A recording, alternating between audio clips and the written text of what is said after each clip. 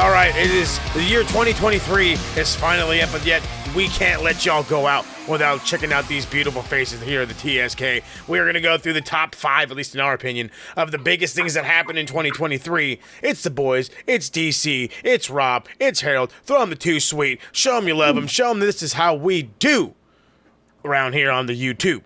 So, like I said, whole lot of stuff happening. We are all hoping that you all had a very, very Merry Christmas or a Happy Holidays, whatever it is you celebrate out there. We hope you had a great one. We hope you got some wrestling merch. We hope you got some computer parts, maybe a guitar, and I hope you spent a bunch of money on food.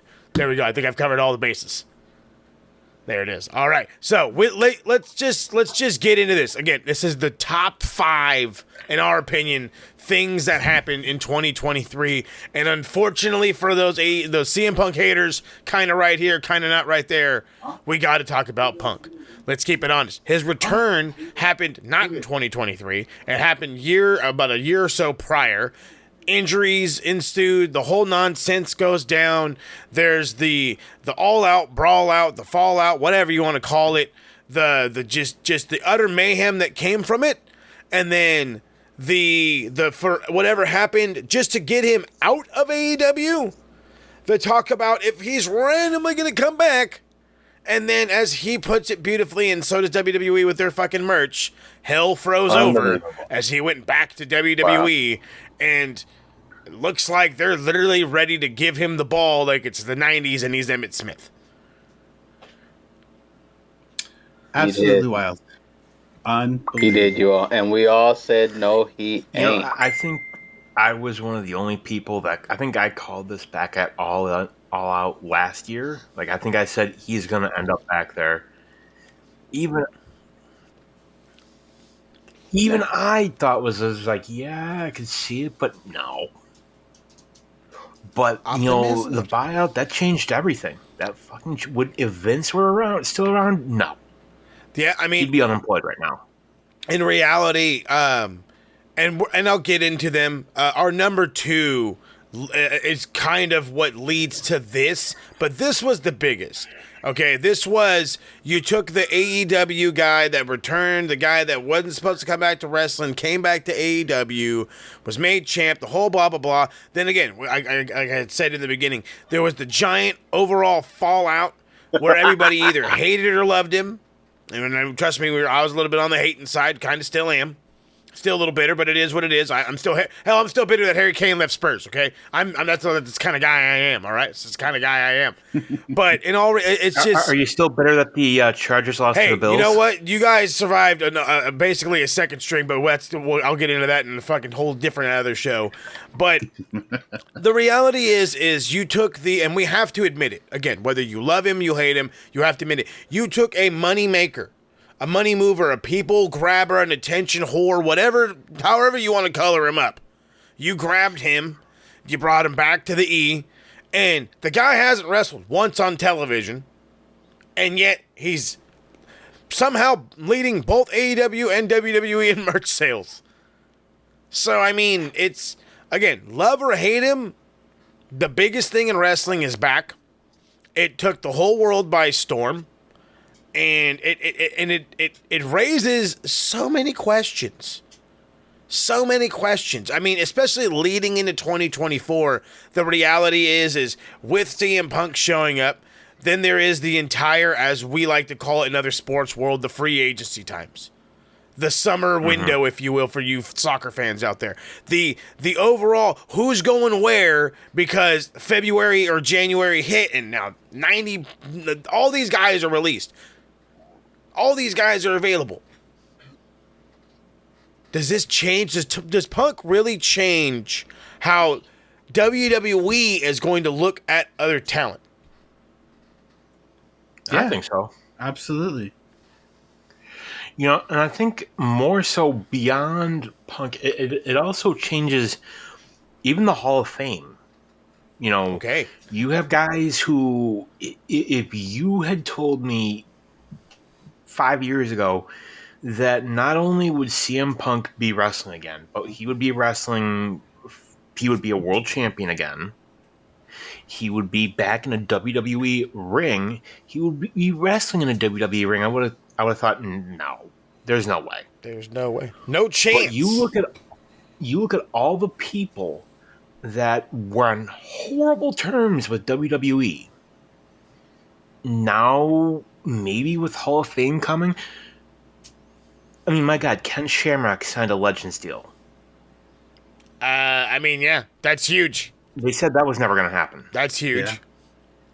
So, and there's talk of there being a significant ECW presence in the Hall of Fame this year or next year. So, Imagine Sandman coming. That'd be fantastic, Rob. I'm so glad you brought this up. So again, Dan's bringing it up beautifully. Of all these random fences that are going to be mended, so I'm going to throw you the curveball, the first of them all. Does this mean Hogan comes back? no. I mean, Absolutely not. I What do you think with think, Rob? CM Tell me, does Punk, Hogan I'm come thinking back? But more of he's found Jesus, in brother. WWE. He's found Jesus, brother. What does it say I've for been saying, guys brother. like Cody, I'm straight edge, brother. LA There's a Knight? reason. I would say Roman even because he's obviously going to be a dead fit for the title. However, Roman seems to kind of be on his way out. He seems LA to be Knight. like he's in his Yeah. twilight. He's going to enjoy Yeah. retirement, probably enjoy his family for a while. So I don't think Roman's as big of a bother. But Cody, guys like, the young, hungry guys, now Yeah. you've got old Punk coming in. And AEW, it Movie was time, baby, okay movie time. because AEW needed him to elevate talent. WWE, they don't need him to elevate the talent, so all he's going to do is be a hindrance.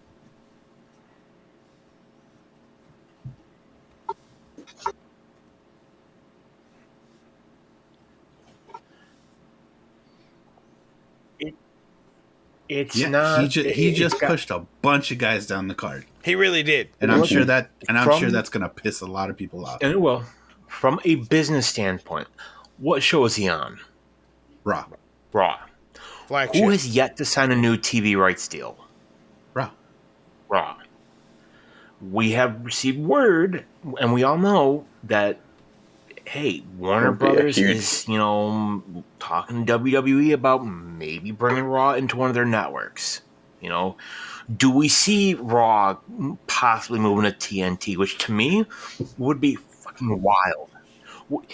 You're going to have, and Mo, I know you being the retro guy, you'll appreciate this. You're going to have the Right. company that put WCW out of business, the flagship show on Nitro's old network. Mm-hmm. Again, if you had told me this 20 years ago, I would have I thought. didn't even think no. about that. Holy shit! Yep, crazy. So, I mean, Warner Brothers Wow. likes CM Punk. This is true. So, if the TV rights deal wasn't even a thing, would we even have Punk back? I don't Of know. course. I can't say that. None of us really can. Not really. No. From a talent standpoint, it sucks. But from a business standpoint, bringing CM Punk back makes sense. I'm not a huge fan, but from a business standpoint, it's smart.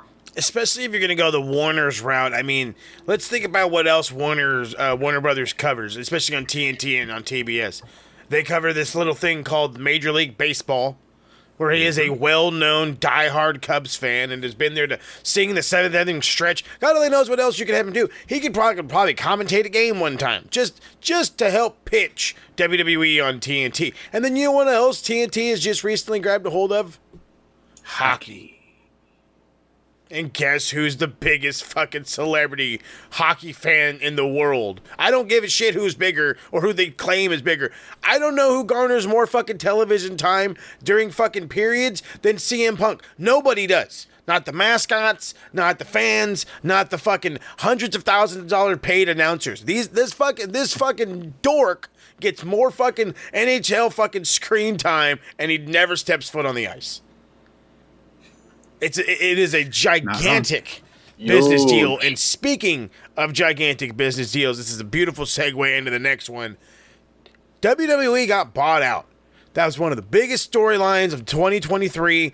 The idea of it actually happening was like a fairy tale. Vince will never give up power. He'll never this, he'll never that. We literally went to sleep and woke up. Boom, they're sold. They're owned by TKO, the same company that owns Endeavor, same company that owns the UFC.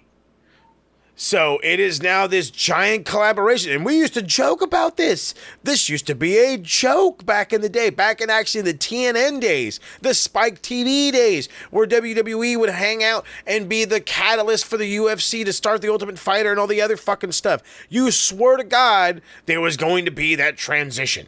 There's going to be a shooter division or some dumb thing where you could bring in WWE superstars or wrestlers or MMA fighters into WWE or vice versa. There was some kind of mesh, and now it's That might damn near honestly be inevitable. the best way to do it. Raw Underground DC, Part that's 2. brilliant. I mean, Raw hey. Underground, you could Hey, have the UFC Underground guys wasn't with bad to begin UFC with. guys and Let's be honest. the To begin few with. roster As long as you guys that keep are Shane MMA out of it, I'm trained. good. Nobody's going to look too small. Just keep Shane. Just Keep it Shane off TV. niche.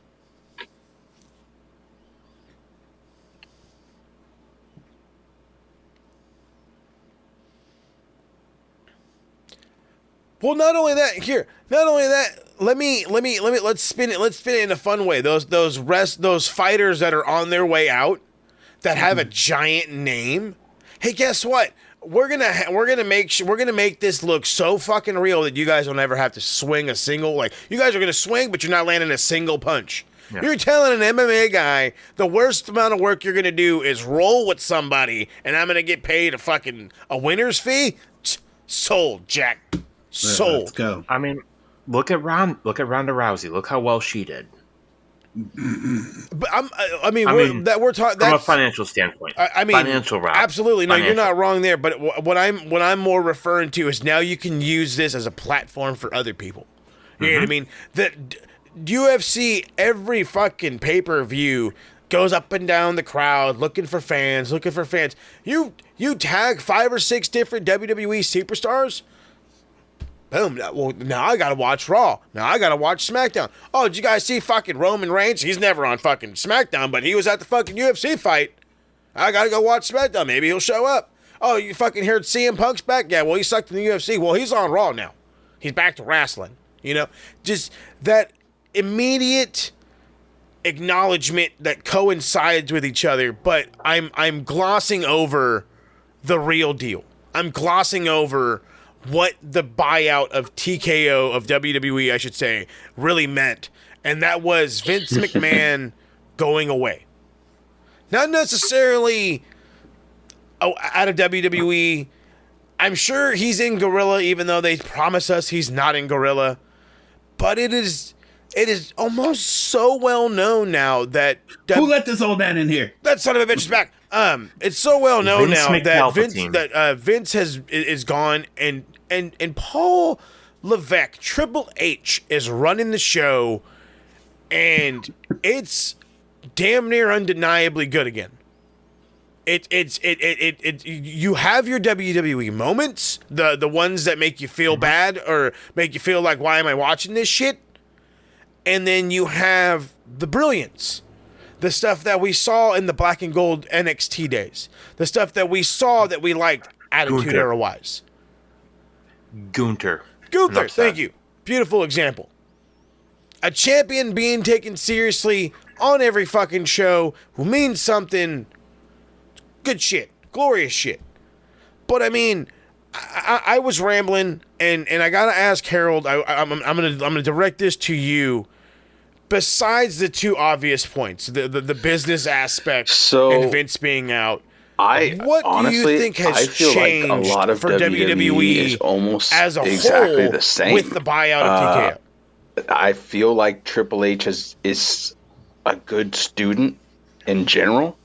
I think he's been a good student of Vince McMahon. I think he knows what Vince McMahon wants that would also make him successful. At the same time, he knows what the fans want that would please them enough to stick with what Vince McMahon does. They've worked out that balance back. Whether or not it's all that good, I wouldn't say it's objectively good. I would say it's on par with Dynamite right now, and I don't find Dynamite to be very good right now either, other than the Continental Classic.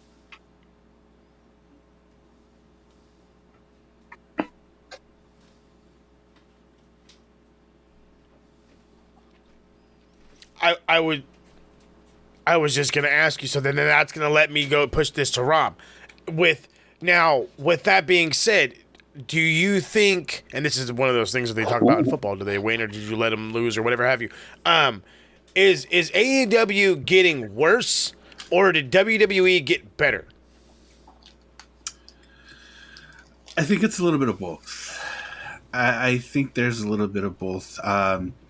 As we've kind of talked about collectively amongst ourselves, we've seen AEW try to emulate WWE style things, and we've seen WWE kind of emulate AEW things, I guess, as far as like the in-ring work and things like that. So there are those certain aspects where, WWE was here, AEW was here, or vice versa. They're kind of meeting in the middle right now, where we kind of have two different products, but they're doing the same damn thing. Right. Which kind of takes away from what AEW originally was. This was supposed to be the alternative, but now they're the same damn thing. The same damn thing. DC, passing it on to you. Now, it being the same damn thing, I have to ask, do you get that nostalgic feel that we're back in the 90s with WCW and WWF?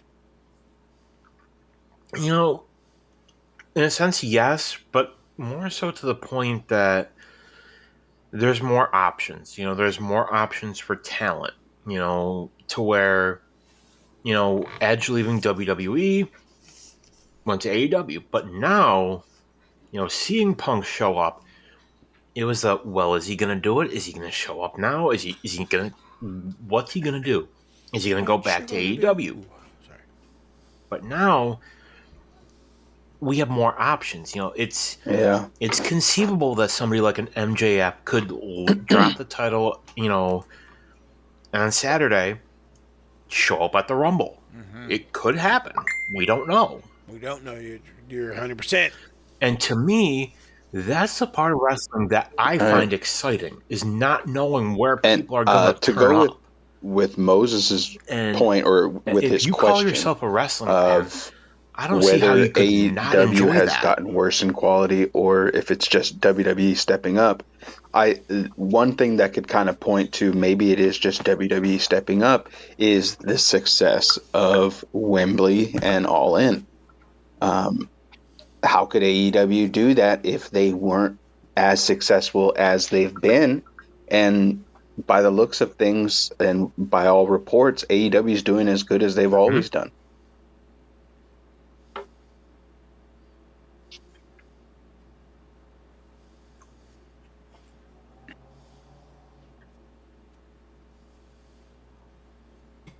Maybe it's not as in the profit region as we think due to their consistent and extravagant investments. But you talked about it beautifully. We're going to push into Wembley, which was huge. We can't blow past it. We can't deny it. You have to fully understand just what the sellout at Wembley was. You can deny the sellout. You can talk about the this. You can talk about the that. The papering of the numbers. Regardless of the fact, we have to talk about its overall impact. And its overall impact is exactly where you started, and it's exactly where we're seeing them trying to tier it. I mean, I think it was all of 2, maybe 3 weeks after Wembley happened, and we have John Cena trying to bait the LA crowd into, oh, hey, maybe we should go to Wembley. Maybe we should run Wembley. Like, it literally became, oh, well, you could do it, watch us do it better, becoming a competition again. You know what I mean? But Wembley, let's talk about Wembley. Let's talk about the importance of the show, and let's talk about what it did for AEW as a whole. And in my personal opinion, it was that show that says, yes, we can compete on WWE's level. We sold out a building that, now granted, has been rebuilt, but we sold out a building that you guys sold out in the 90s, and we did it bigger and better.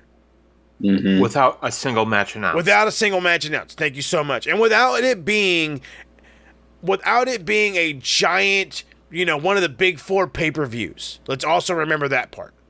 So, this is a brand new, hey, we're just fucking coming here to party. Bam, give you your own show. It sells out without a single name on it due to it being there, like the amount of people that we got. You know what I mean? The I think Mercedes Moné was in the crowd, for crying out loud. Just the overall factor, it became the biggest thing in wrestling. Not just for AEW fans, not just for the Pro Wrestling International fans, but for wrestling fans as a whole. Whether you call WWE entertainment or wrestling, it was for everybody. It had something for everyone. And again, due to that set the bar, and now WWE is trying to catch it, trying to catch the bar. But AEW is already a step ahead and getting ready to go back to Wembley again this coming August. They're already pretty much selling out. The boys of the Max Wrestling are going, except me, obviously the UK guys, not myself, but they're going to be heading there. So it's become a big deal. And because of that, WWE had to step up their game. You know, what we got with that, we got WWE announcing shows, pay-per-view, PLEs in Australia, France, Germany. They've never done that. I think the last PLE they had outside the US, they had Money in the Bank in England, I think. They, of course, had the Blood Money shows. Clash of the Castle. Before that was New Year's Revolution in Puerto Rico. No, they did the back. stupid the one in was it Wales or whatever. Oh, Clash of the Castle. And what this shows, even beyond AEW and WWE, if you want to boil it down to its most simplest terms, it showed a desire among wrestling fans for something different, for something that's not the status quo. Not at all. It's not to say that, you don't still want the WWE. It just shows I feel that, like hey, Wembley I'd like to have something in addition to that. felt like the second coming of WrestleMania in a way. Not at all. I don't think over time it's going to have the same impact as WrestleMania, because WrestleMania was the first. WrestleMania was it. It is wrestling. That's all you could say. But Wembley, I felt like kicked it to that point, and I think it proved to a lot of people that when Tony Khan and his team are on point, they can do incredible things. CM Punk being one of them, not to backtread, but CM Punk being drawn out of retirement being an example of that. AEW existing in general being an example of that. Wembley solidifying that.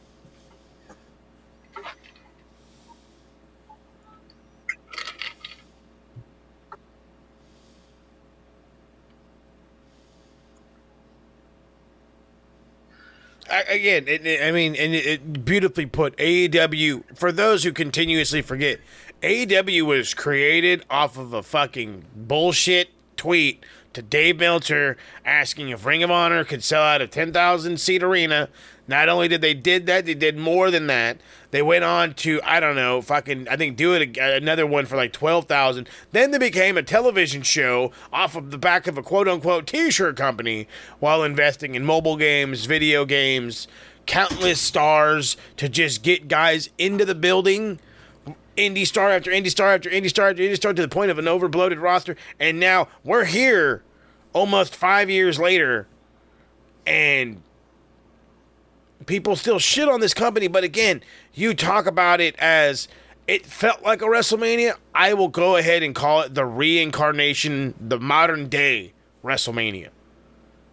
The rebirthing, if you will. Because that's exactly what it was. I can't gloss it over. It was the over-extravagant, over-the-top, gigantically huge show that had major implications, major stars, and the whole 9 yards. And it took place in a major fucking stadium. One of the biggest, if not the biggest in the world. Speaking of the biggest around, we kept talking about the influx of talent, outflux of talent. New Japan AEW had this relationship, so did AAA, CMLL. The list goes on and on and on and on and on and on and on. we talk about guys possibly going to WWE. One of the heavy hitters that WWE was chasing, especially under the now tutelage of Uncle Paul, was Will Ospreay. However, due to some, I guess, just great negotiations, pretty much the ability to live in London, or I should say, to live in the UK, to not do a drastic change to his family, Will Ospreay chose AEW. He chose his style of wrestling rather than a style of entertainment that he's not too familiar with. And I think this is a catalyst for what I think will become the big international signings. You know what I mean? We keep talking about Okada and his contract being up, Naito and his contract being up, Hiromu Takahashi. The list goes on and on and on. Half a New Japan if you really want to get funky with it. And the reality is yes, there's probably two or three. There's a good 2 or 3 guys that WWE, in a way, makes sense. But with the signing of Will Ospreay and how he's being used sparingly, wisely, and is making what he's making, not to mention the flexibility, did AEW, with his signing, become the place to go for international talent? Absolutely. I think because with the international talent they already have, with the prime UK example being Pac, when he came aboard, he didn't have to move back to the US. Nope. He stayed in England. And, given that we went through a global pandemic and some other nonsense that he had to deal with visa issues, he was still able to live the life he wanted while still being able to come over here and perform. And part of the problem, like you look at it with WWE, guys like Gunther missed the last international tour because he couldn't leave the country because of trying to get citizenship. Look at Ray Phoenix, visa issues. Penta, if I recall, had visa issues not all that long ago. No, yeah, relatively recent. So, I mean, and like I said to you guys a while back when Ospreay signed, it made sense for him to sign with AEW. And I think what this does is, this kind of reminds me of back in 2016 when we had, Nakamura, we had, the Good Brothers, you had AJ, whose contracts in that instance, WWE snatched all of them. Mm-hmm. They got a clean sweep because there was nobody else around. And for me, I'm happy for the talent because now they're going to make bank. Ospreay's making good money. Oh, damn good money. Okada, I could see him going either place and doing very, very well. I mean, Nakamura has seen a resurgence lately, character work. Probably done the best character work in WWE he's done in quite a while. I can dig that. So maybe Okada goes to WWE. Maybe. I get your interesting thinking. Times. I like the interesting times. I like the openness of it. But I'm gonna ask Harold now because this is where because I talked about international and AEW being the home for international stars or whatever have you. But is AEW also the place for those, let's not say forgotten, but I'm going to have to, forgotten stars of WWE? And I do not mean the Dolph Zigglers. I mean the possible Drew McIntyres, the possible Seth Rollins. You know what I mean? These gigantic names where you think, as we did with Punk, there is no way they will leave this company. Do you think AEW has that appeal now, thanks to Wembley and all the upcoming success that they've been garnering and will continue to garner? Do you think those stars schedule will obviously transition well? Do you think that is an attractive place? Evidenced by the way AEW works, it's kind of like an ebb and flow environment. They're real hot 1 minute, and then it's like, what the hell are they doing the next minute? In between Forbidden Door and Wembley was another one of those times where it was like, what the hell are they doing? Then Wembley comes around and it's like, bro, this is god tier shit they're putting out.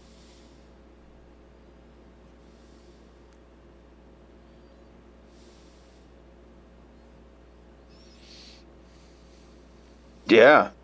That's true. You're 1,000%. We were very hesitant of what all was going to really happen at Wembley ebb and because flow weeks building up environment. was just You can a be show. hot one moment, cool off while somebody else is trying to get their shine in, and usually the person that's trying to get their shine in is a younger up and comer, and that's when ratings kind of drop down a little bit.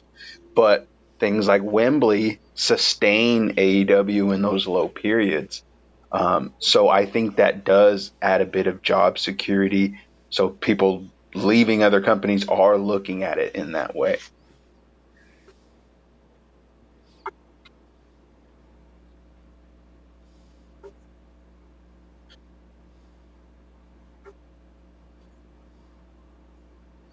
I dig it. Another big thing I think is the fact that CM Punk's not there. So we know Seth has problems with Punk. Drew, Roman. I mean, the list goes on. A lot of these guys do have problems with him. So will they work with him? I'm sure they will. But will they want to stick around and work with him? That's another story. Question. I think I'm gonna be the one to disagree. I think it's going to be a case by case basis. I think Drew would head to AEW in a heartbeat. I think that's kind of. Oh yeah, that's a given for I think me. it's a foregone conclusion. Honestly, I don't know. I think Seth's honestly. I think he's a company man. I think either he's going to resign, or he did shoot a role for the next Captain America movie. I think maybe he's going to give Hollywood a try, and I could see him doing quite well in Hollywood. He has an appeal. Let's be appeal-ish. real. Seth is incredibly banged up, and that's from working the WWE style. You're going to tell me that he's going to work a much more physically intensive AEW style with guys like Ospreay, guys like Kenny, Maybe guys who are much more in your face, hard hitting, and he's going to do that. He did come from that. That's where I always go back to. He did come from but that. But also, you got to realize if that was if more. I only got to work 2 days a week. That was more than 10 years ago, though. Well, so I'm not saying it's not going to happen. I mean, but I'm saying I think some it's going to be a developments have case happened by case. More recently, where AEW and WWE aren't the only I can see that. players in the game at this point.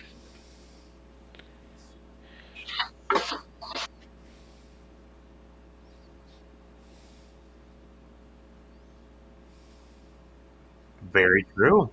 Very true. And that leads beautifully into my first question before I even talk about what the topic is.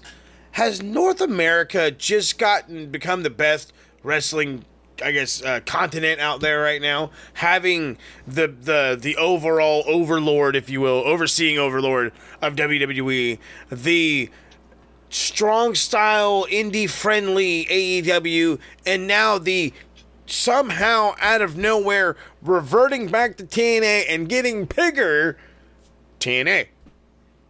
Yeah. I think it all boils down, and I hate to circle back to the older topic. Brave New World. Now that Vince McPalpatine has fallen down the elevator shaft, it's a brave new world we're in, and it's I think the fact that we have we had Wembley, we had that fucking amazing show, and that's what it was. Mm-hmm. And you guys know how critical I am of them. As you should be. As we all should no be. Issues with it.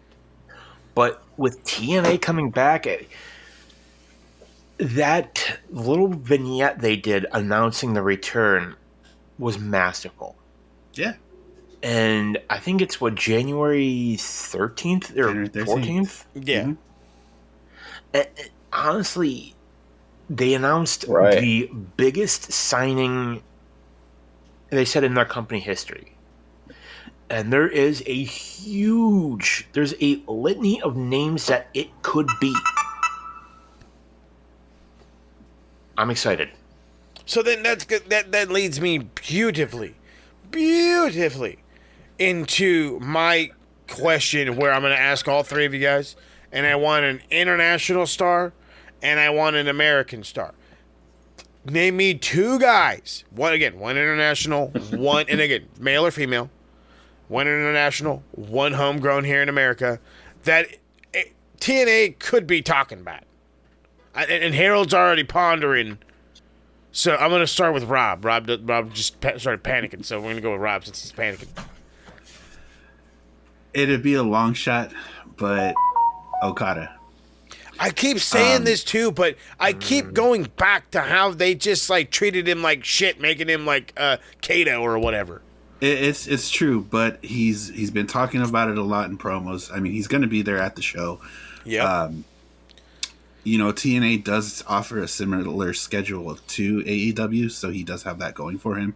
Being that his wife is actually a bigger star than he is in Japan. This is true. She's a voiceover actress and she does some other stuff. That'll allow him to keep his family in Japan while he does come over here for, how many weeks at a time they do tapings. Like, they tape 12 weeks in like 3 days or something like that.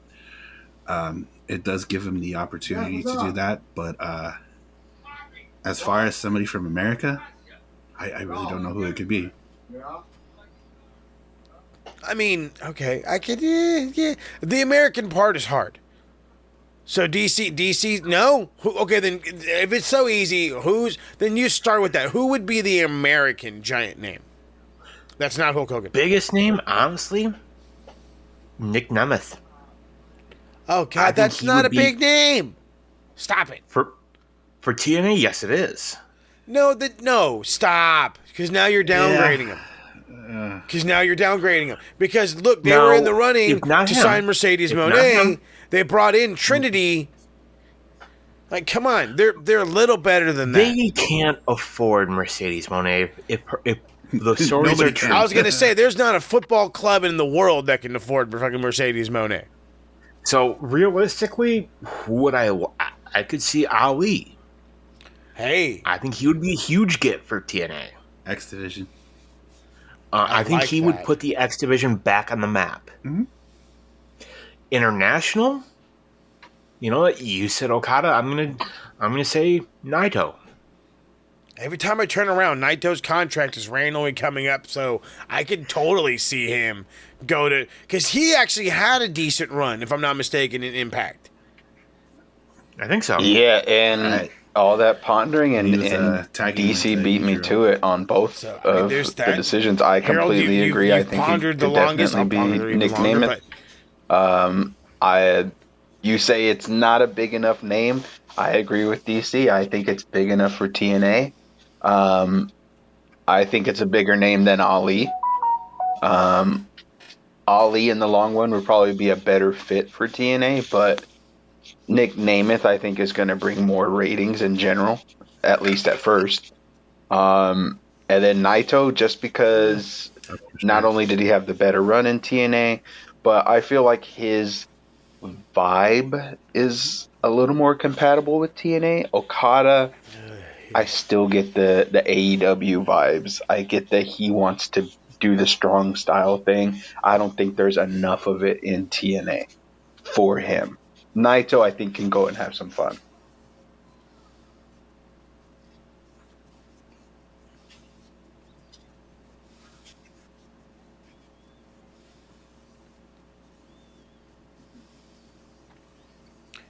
All right, I have to jump into this whole thing. So, as far as an American, yes, my first thought for the longest time was Nick Nemeth.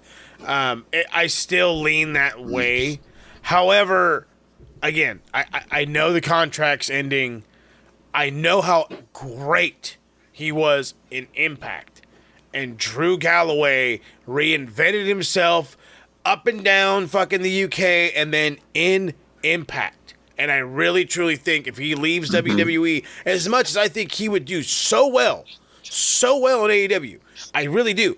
This over bloated roster is only going to fuck him, and I can't have that.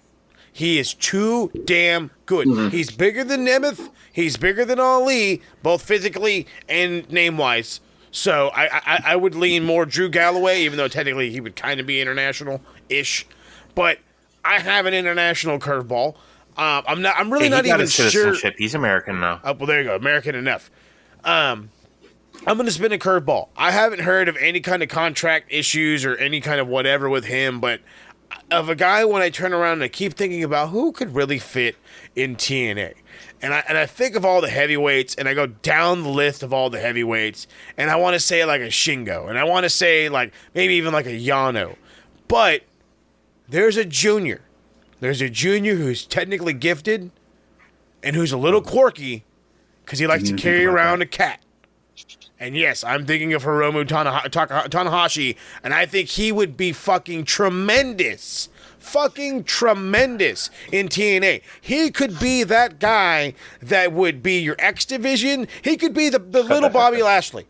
He could be the little Bobby Lashley. He could be your X Division, your fucking world champion, tag champion, media champ. He'll be women's champion if you let him. He would. He would dress up like a woman and wrestle. I swear to God, he would. And I think that wasn't who I was thinking about, but that wouldn't be bad either. Who? Okay, well then, if you bring the stuffed cat, and I'm good. You heard that? You heard Junior. El Phantasmo. See, Phantasmo, I love Phantasmo a lot, and I feel like his contract's coming up in January. I feel like. And now again, we pop at these names. People amongst us would pop at these names. I truly think if you say the ELP comes out, you're going to get a pretty good pop maybe that night and maybe the next night, and then he dies off. I really truly think you get a gigantic reaction with multiple time former IWGP Junior Heavyweight Champion Hiromu Takahashi. I really, truly think you get that much bigger of a reaction from him than you would the ELP. Now, granted, I will pop my ass off if it's the ELP. Okay? I love him. He's great. He's charismatic more than anybody ever fucking should be as a junior, and he works really well. Heavyweights, juniors, strong style, lucha, you name it, he does it. He can even wrestle comedy, which is, I don't know many guys that could hit every single one of them. And he can. Yeah, absolutely. Oh, my goodness gracious. So, we finished with Impact. I have to just ask one more question about Impact because, to me, it matters. It matters a whole lot. Do we see anyone leaving this new done TNA anytime soon? I know we've talked about international stars joining. We've talked about American stars coming in. We've talked about their continuous growth. Do you think anybody that is current there is willing to walk away from that growth? Not yet. The only two that I could possibly see, maybe Eddie Edwards, maybe. He resigned. Did he? Yeah. I was going to say, where else would he go? Go back to All Japan? Dragging it. Now that Vince is gone, maybe EY? No. Maybe, but he seems happy. Realistic, if you had told me maybe 2 months ago, I would have said Josh Alexander. Go to AEW, be with Ethan Page. But the reason I'm going to say I don't see that happening now, they just signed Josh Alexander's wife to be a ring announcer. So yeah. I could see her think he's staying put at least for now. I would agree with you. I thought he would have been the first and the only guy really out. Does anybody think... Trinity, maybe? I don't know. I think eventually she might. But that's eventually. Yeah. That's eventually. I don't think any of them are going to be leaving next year. 2025, I could see a lot of people leaving TNA. I really, truly think they're garnering way too much positive attention, positive energy, the whole shibiggity bang TNA, right they're now. Generating similar excitement. Nobody wants to leave. That I had to AEW when AEW first started, to where even if they fuck up, I want to support them because I'm digging their vision right now. I'm digging the end result. Yes. They've told me this is what we want the end result to be, and I'm believing in it. And I think they can do it. They're not always going to do great at it. And that's how it was with AEW in the beginning. They were like, this is what Yes, we're going to dude. do. And I was like, hell yeah, I'll support it. It's not perfect. I'm going to support it. Now we're getting to the point where I'm like, you guys said you were going to do all this shit. You're not coming through. TNA has the opportunity to come through on that. And that's exciting. Mm-hmm.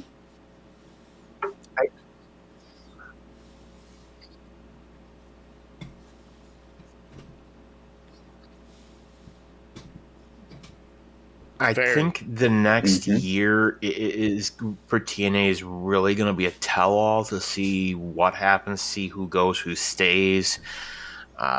Personally, as a fan, I'm looking forward to it. You know, I the more viable, profitable companies that are out We there, got the better it Cardona is and for us as GCW. fans. We got Riddle and and the better it is for MLW now. talent out there, because Like, it means there's shit's more changed. places that they can go to make money and to do what they love to do. It's always a plus.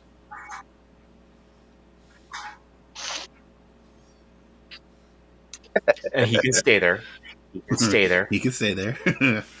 Give it time. I'm sure he'll be back on a bigger, maybe even on television. But He'll show up at Wembley. oh god, you know what? Probably. Anyway, Bro. we could totally go on and on and on. Hell, we even have, like, I believe another 5 topics we'll talk about. But here's what I'm going to do. This is a goal for all of y'all, for the Max Wrestling crew, the Max Wrestling fans out there. You want the other 5, the 5 biggest things that happened in 2023, you want the TSK to drop that? We need 200 views. Minimum. And then we give you the second one. It's not hard. It's super easy. Yeah, I'm making you work for it, but don't trip, tater chip. I assure you it's worth it. Taste. One more time. Just a taste, baby. There it is. Just a taste. So speaking of that, just a taste of the TSK. We might hit you with a second one. Maybe we don't. Maybe we hit you with something else. For sure, I know we'll be right back. World's End does happen this weekend, and I know we're going to do our damnedest to come back with a review of it. Maybe even a fucking live fucking stream of it. I don't know. I've been dying to do one of these like live streams. Now, granted, it would have to be via TikTok, so we will see what goes down. Worst case scenario, it'll be just your boy on the screen, but I'll be yelling at the boys, and we'll make sure that my headphones aren't plugged in, so at least you can hear what they're saying. So, speaking of said boys, let's hop into it. Let's see what the boys are up to. Harold, the hiatus is the hiatus still on? It's winter time, baby. I need to know where to get some food, baby. Episodes are coming. We've got a couple spots we recorded last year that we're going to be releasing soon. Greystone Manor is one of them. Famous in a lot of movies, if you've heard of it. Let's go. That's coming out at you. Too Sweet Click Adventures, if you like food, travel, events in Los Angeles area. Check us out on YouTube and Instagram.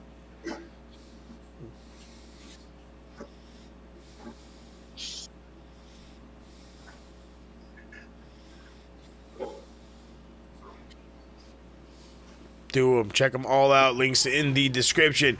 Rob, the work with Larkin is slowed down a tad. The machine has so many projects. This guy is a literal cog of a machine. He turns and just leaves other people behind. So ironically enough, we're actually recording an episode tomorrow. Beautiful. I love it already. So we will have a new episode of Deep Into the Heart of Wrestling with myself, the Demoness, and Michael Larkin available. Yeah. Hopefully before the end of the year. Go Hammers. Any kind of social media presence that I got, linktree/hey, it's Rob. I will be taking the rest of the year off to kind of figure out what we're going to do next year. We've got a lot of ideas, so we'll see what we can get going. That's true. We'll see where we can get going. Big DC. So, trivia title gets pushed a week due to technical difficulties. However, the result of said trivia title will come forthwith lovely tomorrow as we drop an episode prior to the Maxis. Are you feeling confident going against the captain? Do you give a shit? Are you feeling no wheezing? No ooze. Are you feeling oozy? Are you feeling oozy? Always feeling oozy. Always. All day. I wake up feeling oozy. I wake up feeling oozy is the greatest. No weed in the. That's just fantastic shit. All right. Love it. It is what it is. It's DC. It's the cap. It's the knowledge title. It goes down tomorrow live on Max. Be there or be square, as the kids used to say back in the day. We was them kids back in the day. So speaking of that, we're gonna get up out of here again. World's End is literally days away, which means a review of World's End is probably coming at you New Year's Eve, if not New Year's Day. We're here to pack your hungover day with some content. We appreciate y'all coming here. We appreciate y'all hanging out. We will be back with more. I assure you this, KTN Sports is getting kicked off for you Charger fans, for you Spurs fans, those following the English Football League, the whole 9 yards. Whole lot's coming. Max again drops tomorrow, and so will this. Let's get on out of here. Let's prep it for fucking World's End. We'll see y'all in about 4 or 5 days. Too sweet me, everybody, and Happy New Year if we don't get to you then.